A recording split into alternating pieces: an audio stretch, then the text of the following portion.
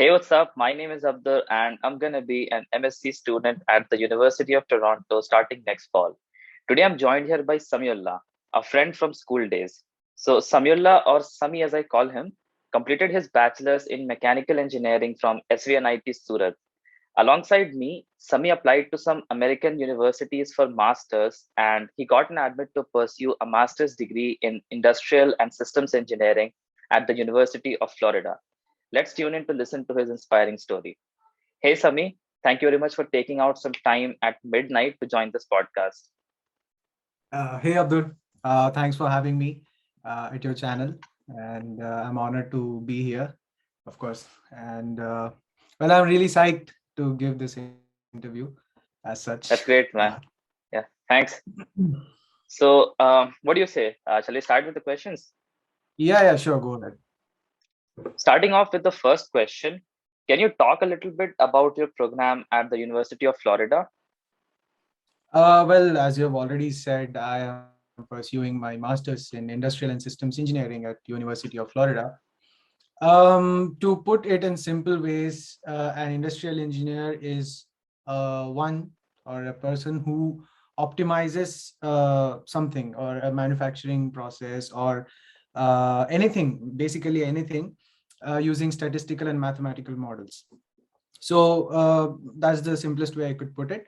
But let's just say in layman terms that he basically optimizes or improves a certain process. So, in industrial engineering, there are three major specializations what you can do, namely manufacturing, supply chain, and analytics. So what I have chosen over here is that manufacturing and supply chain because I'm more inclined towards that, and these two are directly linked to what I did back in the internship, and this is what interests me. So if people are even interested in analytics, you can even go for the analytics side, and you will get jobs as a supply chain analysts or data analysts, stuff like that. So you will deal with more on the analytics side in that. But if you choose to go into the core side, you can go into the management side, like manufacturing management or supply chain management, stuff like that. Yes. That's nice. That's nice. So you have multiple options in industrial engineering, as from what I can Yes, understand. I mean, you can even take an analyst role as well as a management role, absolutely. besides the technical roles as well. So Absolutely. that's a great field. I mean, I'm sure that a lot of people don't know about this industrial engineering because it's an interdisciplinary sort of field, right? Most of us know about fields like mechanical, electrical, and Mhm. CS. But yeah, Yeah. if you see the major portion of the like job sector, the major portion of jobs are actually available in these interdisciplinary fields, and that's like the hot topic for students these days, right? Yes, absolutely. Because I see every day people over here with different fields and different things. For example, one of my roommates over here, he did his, bachelor's in architecture, B.Arch. And then over here, he came and he's doing his master's in construction management. So I see. yeah, I mean, these are all the levels of the courses what you can do over here. There's a lot of choices. You can always research that on Google. Google is your best friend, actually. Whatever doubt you have, I mean, first refer Google and then try to connect with people who are in that field. LinkedIn is the best way to do that. Mhm. And of course, any one of your viewers can contact me if they have any questions. Yeah, that's great, man. Thanks a lot. I'm sure that people will be having questions. So yeah, Yeah. be ready to get bombarded. Yeah. Yeah, happy to help. Yeah, that's great. So, like, how long is your program like, and like, is there any internship or anything as part of the program? No, actually, yeah. I mean, it's up to us. If we want an internship, we can take an internship. It's a 4 semester or 2 year long course, which is divided into 4 semesters, of course. So, And each semester is 6 months long or 4 months long? it's 6 months. I mean, if you take the holidays into account, Okay, otherwise it's like, yeah, regular 4 month semester. I see. Nice, nice. Yeah, it's about the internship. It's really up to you. If you get the internship, if you apply to the companies and if they take you in, you can obviously do the summer intern, which is roughly 3 months. And other than that, you can also extend your internship in the name of co-op. So Nice, there's nice. this thing called co-op, and where you extend your 3 month internship into a 6 month, and you can drag those internship months into your third semester. So when you do that, the credit also increases for that. Nice, nice, nice. Um, so this branch, industrial and systems engineering, it's related to mechanical, or it's like interdisciplinary, a combination of multiple branches? It is a combination of multiple branches, but I mean, if you see the roots, it basically hits home towards the mechanical more than any other branch. And yeah, I think I mean, one subject would be definitely there when you do your undergraduate in mechanical engineering. At least one subject would be there which concerns industrial engineering. Nice, nice. That's great, man. So, what's there about this program that you like so much? I mean, as most of the kids, even I was clueless till my second year of engineering. But slowly, when I got to know how the practical things work, how the manufacturing goes on, when I did the internship in my second year, summer internship over there, that's when I got the gist of what basically this production or manufacturing or supply chain means. And that is what caught my attention. And later on, when I entered into the third year of my undergraduate studies, that's when I had this industrial engineering subject, which really dragged my interest along. So that's what I would put it like. Nice, nice. That's great, man. So, moving on to the next question. Like you've already moved to the US, right? And your classes have started too. So, how was the whole process of moving to the US during the pandemic? Well, to be honest, it was really tough considering that there were numerous lockdowns in different states. The visa consulates closing down due to lockdowns. I mean, you might have heard the news that the US consulates are closed Hmm. down, the visa appointments are being cancelled time and time again. So it was really tough to get an appointment in the first place. And secondly, they were banning countries. Like if you go to the news that was there previous in the last 6 months, I think India was banned by a lot of countries, including US. Correct, So correct. traveling was a little bit of an option, but I mean, US consulate or the US government did a thing for us students who were planning to go for masters or higher studies in the US, like they wanted to come from India. So they allowed the F1 visa students to take the interview and get the visa. So in the end, the things were right, but up until we got the visa appointment, it was really tough. I It was a see. nail-biting Makes sense. experience and very stressful. True. Makes sense. So, I had this question in my mind. So, like, when you've already you've already studied in India as well as in USA. So, what's the difference in the method of teaching between both the countries? The major difference between Indian education system and US education system is that you get to choose the subjects what you want to study over here.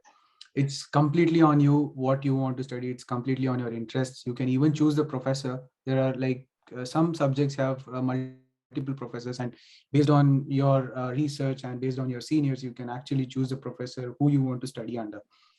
And in India, we had a fixed curriculum, right? Yeah, you need to Hmm. study these 5 subjects this semester. You can't take this like that. So in this is really flexible system over here, is that you can actually take any subject you want. If that is being offered in that particular semester, you can take it, or otherwise you can take it in the next recurring semester. Or I mean, for example, you want a particular subject in this semester, but you're not able to take it. So you can take it in the next fall. Like, you get it, what I mean? Yeah, yeah, yeah, yeah. So it's super flexible. It's all up to you when Yes. and what courses you want to take Yes. throughout the entire course duration, right? Yeah, that's Yeah. great. Um, And to be honest, I mean, the classes are really hourly. So per week, I think, according to my schedule, I attend classes up to 8 to 10 hours. Okay. That's it. So rest of the time is on you, what you want to do with it. You can do Oh, part time, you can work, you can do your assignments, you can do projects or leisure activity. okay, okay. Also, like, do they teach the you theories, or you get a lot of homeworks or project works? How does that turn out? I mean, yeah, I mean, it really depends on the professor. Yeah, the curriculum is based around what the professor wants. So if he wants to give out assignments, he will give you assignments, or if he doesn't want, he will just keep a midterm and an end term. Or some professors even do this, they just give assignments, and based on the assignments, they grade you in the end. Oh, So it's completely on the professor. oh, nice, nice. That's super flexible, man. It's nice. Yeah, yeah, it's too good. Yeah. But yeah, sometimes the assignments can get hectic, considering that, yeah, some professors, they don't keep the final exam, so they make sure that the assignments are, I Mm. mean, to the point or a little bit tough. Yeah, So yeah. yeah, and of course, back in India, we had this system of copying each other's assignments, and the teacher wouldn't notice. I mean, that goes on in every university without saying back in India, but in US, there's this thing called plagiarism, and it is taken very seriously. Yeah. You cannot, I mean, copy your assignments or your projects or anything, I mean, back to back or like this. Because if it comes under notice, then you might face serious consequences. They might even, I mean, cancel your F1 status and send you back. Oh, So, yeah. so That is there, serious. Mhm. yeah, there are real harsh consequences. Why did you choose to study in the US? I mean, even Germany is a good option for mechanical engineering, right? So, did you look into all that? Yes, Germany was one of my choices. Yeah, it's a heaven for mechanical engineering. But the thing is that I would put it this way: Germany is more research oriented, and I was not interested in that particular field, and I was not into research, and I was more into practical learning. And thus I chose US. And apart from that, I think US has more industries over here, which would give me more opportunities compared to Germany in the manufacturing and supply chain line, which I am really interested in. Nice, nice. Makes sense, actually. Yeah, true. So, uh, what is the application process like for the University of Florida? It's pretty simple, actually. I mean, apart from the regular ones, which is LORs and SOPs, the process is pretty simple. You need to have at least three LORs, preferably academic. The one which I had were two LORs were from my professors, and one LOR was from my internship. And other Nice. than Mhm. that, you have your SOPs and certifications, projects, etc., etc. Okay. So, was there any specific word limit for SOPs? There was no word limit, but I mean, according to the internet and the research, what I did, they suggested me to write at least 700 to 1200 words. Mhm. So, did you take any external help in filling out your applications, like any help from seniors? Yes, actually, I had taken a help from a senior who graduated from this college itself, University of Florida, and from the same branch, Industrial and Systems Engineering. So I Nice. think he was one of the best guidance what I could get while filling the application, writing my SOP, and also how to apply in this college, what to give, what not to give, stuff like that. Yeah, he helped me a lot. And other than that, I don't think so I took any help. It was all good. So, what is the tuition fee and how expensive is Florida? I mean, tuition fee is one of the cheapest in the country. I mean, regarding that, University of Florida is in top 5 of the public universities. And Nice. I mean, if you see credit wise, there's this system over here, which is credit hour system. I think most of the universities have this. So we pay exactly $1250 per credit hour. So we Okay. have to complete around 30 credits to earn this degree. And so if you calculate that, it comes up to around 35 lakhs for the whole course. Okay. So Yeah, that that's would that's be not bad. that. Yeah, that's pretty cheap, correct. Yeah, that And is how pretty cheap. and how are the expenses in Florida? Actually, if you see, University of Florida is located in a town known as Gainesville, which is mostly dominated by students. It's not a happening place as such, so the living costs are very low. I'm probably done within $600 to $700 per month, including rent and food and extracurricular expenses, which is comparatively cheaper than any other place in the US. So the expenses are generally, as I said already, it's around $600 to $700, which is comparatively cheaper to other parts of the country. And usually these expenses are covered by students itself. They don't take the help from they don't take out the money from their loans, or they don't take the money from their parents. So you have a lot of opportunities over here as part-time. You can actually work in the dining services. You can work in the office, admin office. You can work in the various departments. You can work under a professor. They will pay you very well. Actually, to go according to the rules, um, it's you are legally allowed to work for 20 hours per week, Hmm. and it should be an on-campus job. You can't work off campus, because off campus would be illegal and you might get deported for it. So, most students don't take that risk, but some people do that, but not recommended. Go for the in-campus jobs. They pay you around $10 per hour, and students really schedule their work around their, class schedules, and they usually manage to earn up to $600, which is more than enough for surviving up over here. And I think, yeah, other than that, the finances are pretty well. Nice, nice. Yeah, actually, part time is a really good option. So Yes. yeah, yeah, I'm aware about the that legal thing that you talked about, taking job Yeah. on campus. Yeah, so Yeah.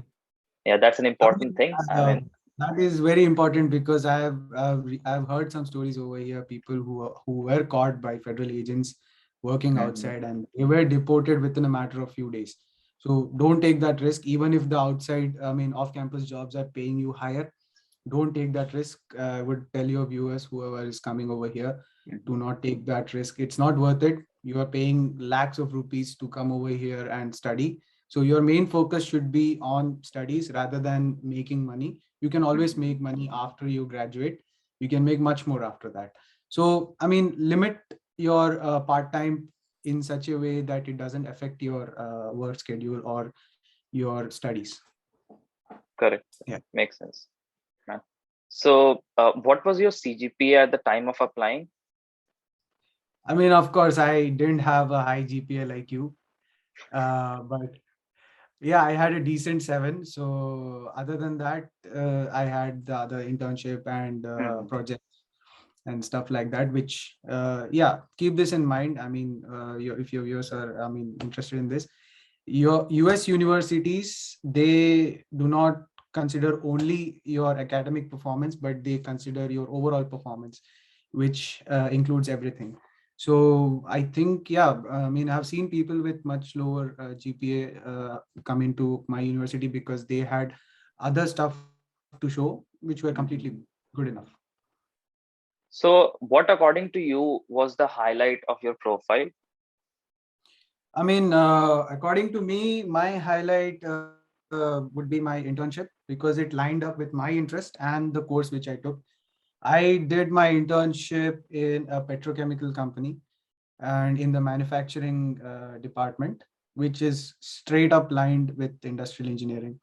And the work I did there, the optimizations I did there, helped me a lot to put it up in my CV and show them as results. I think that was one of the highest peaks in the resume, or one of the biggest things that got me into this university, I think.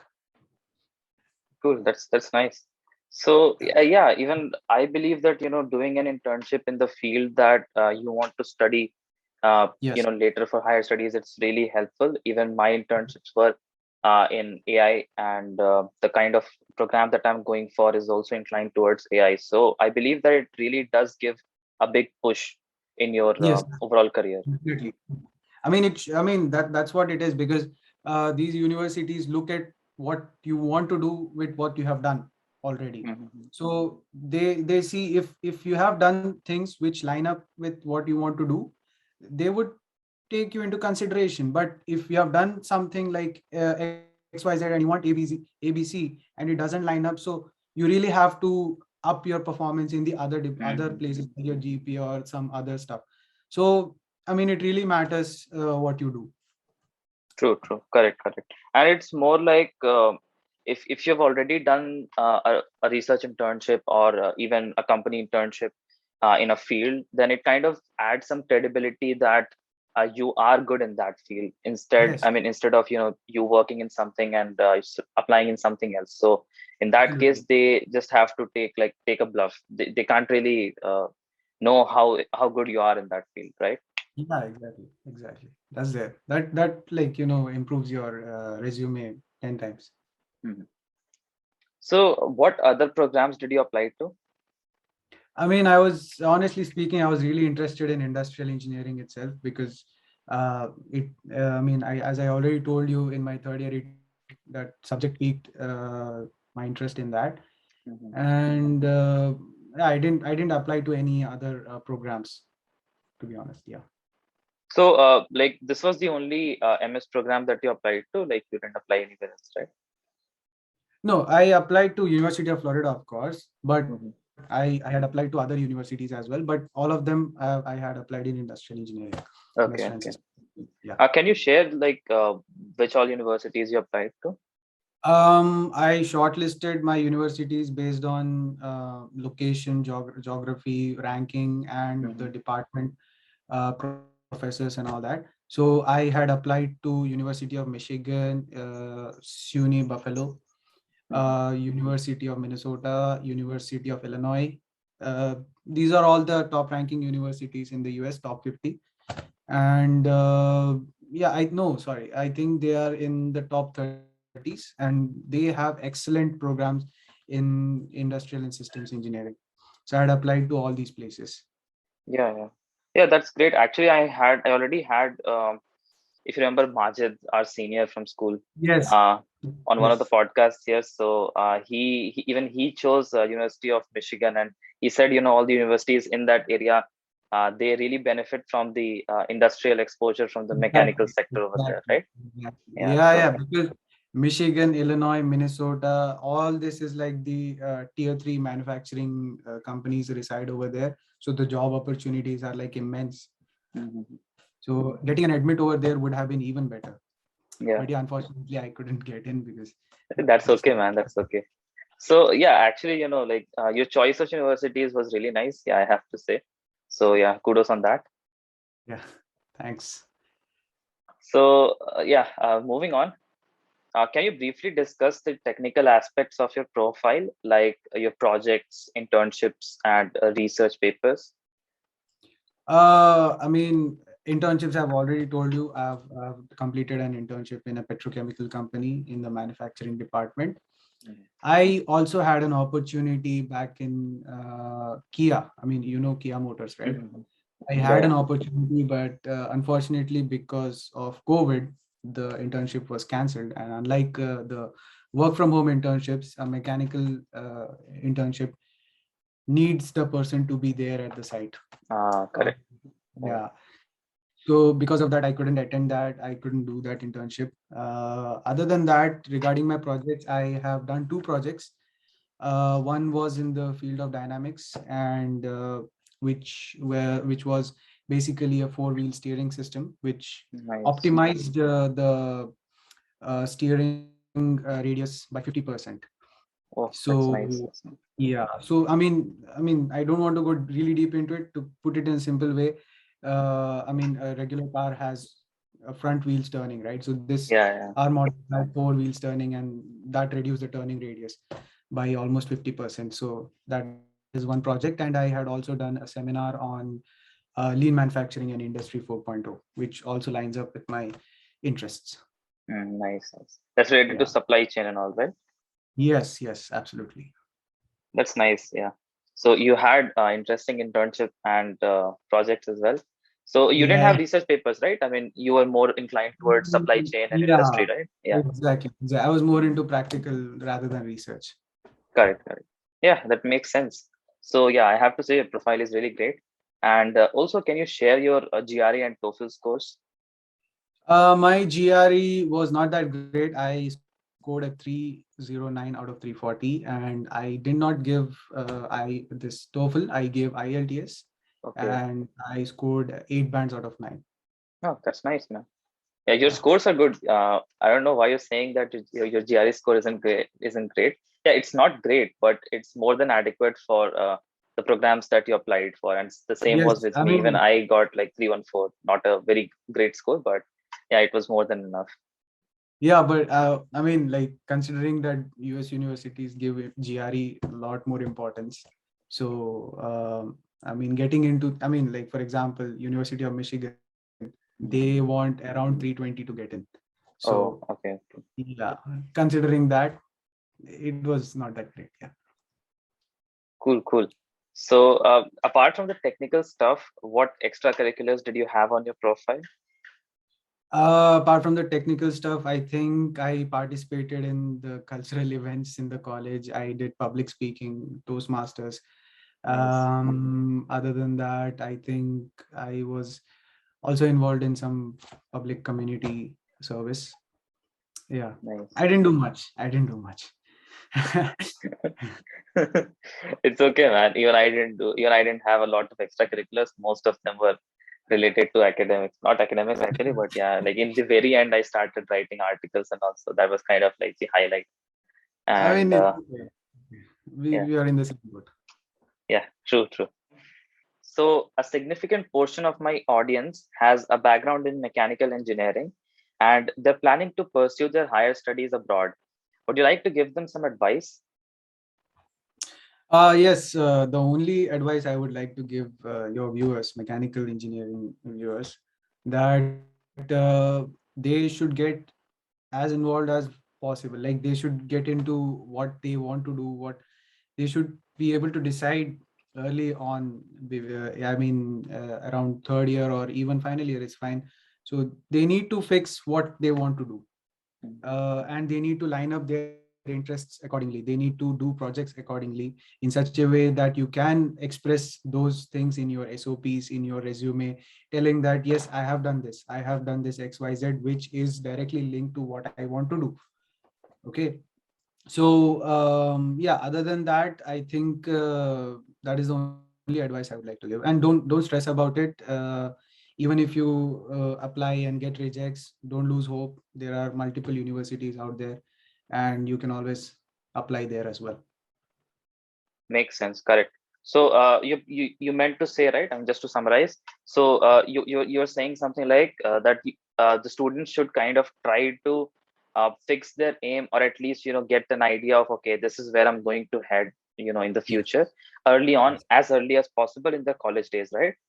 Yes. So that they Absolutely. can work on more number of projects aligning with that particular field. Yes. And even if they decide to work for a few years, gain a little bit of work experience, and then Mm, come back for masters, make sure that work experience or what you are working on is related to what you are going to do, mm, because that work experience also matters. That portion of your time, you have to express it, telling that yes, I have done this much of work experience, I have this experience in such and such company, which is yes, lining up to my interest or lining up to this course completely. If I mean, it won't make sense if you're suppose, for example, going and working in an IT company and then you want to come back and work in a core mm. company, or you want to do masters in maybe mechanical engineering or industrial engineering per se. So it won't make sense, right? Yeah, yeah, yeah. They will Sure. definitely get to know that you're not like interested into that field. You're just going there because you're getting a job. Exactly. Yeah, That's what I mean. Yeah. that's nice. Really good advice. Thanks, man. One more advice I would like to give your viewers is that I mean, US is a very good place to be in. There are a lot of Indians, and the people are welcoming over here. Other than that, I think yeah, like you will find an Indian over here, like in almost every location or every place. For example, my course almost has 80% filled with Indians. Oh, that's a lot. So yeah, that is a huge number. And then you need to see how many people go into the CS. The Yeah, yeah, CS is completely filled with Indians. So don't worry about it that yeah, US is a foreign land, you won't get to see your people. No, it's not like that. Everyone over here is very kind. You will find really good people over here, a lot of people from different backgrounds. So don't worry much about it. You will find your people. yeah, yeah. It's great to see that, Indian minds, taking up every single domain in different countries. That's great, man. Yeah, that Yeah, is that is. thanks, man. So we've come to an end here. So for the viewers, if you have any more questions, feel free to comment them down below. I'll go ahead and share Sami's LinkedIn and Instagram in the description for you to contact him directly. And Sami, thank you very much for being here with us. I learned a ton from you today, and I hope the viewers did too. So, guys, that's it for today. Thank you very much for watching, and I'll see you later.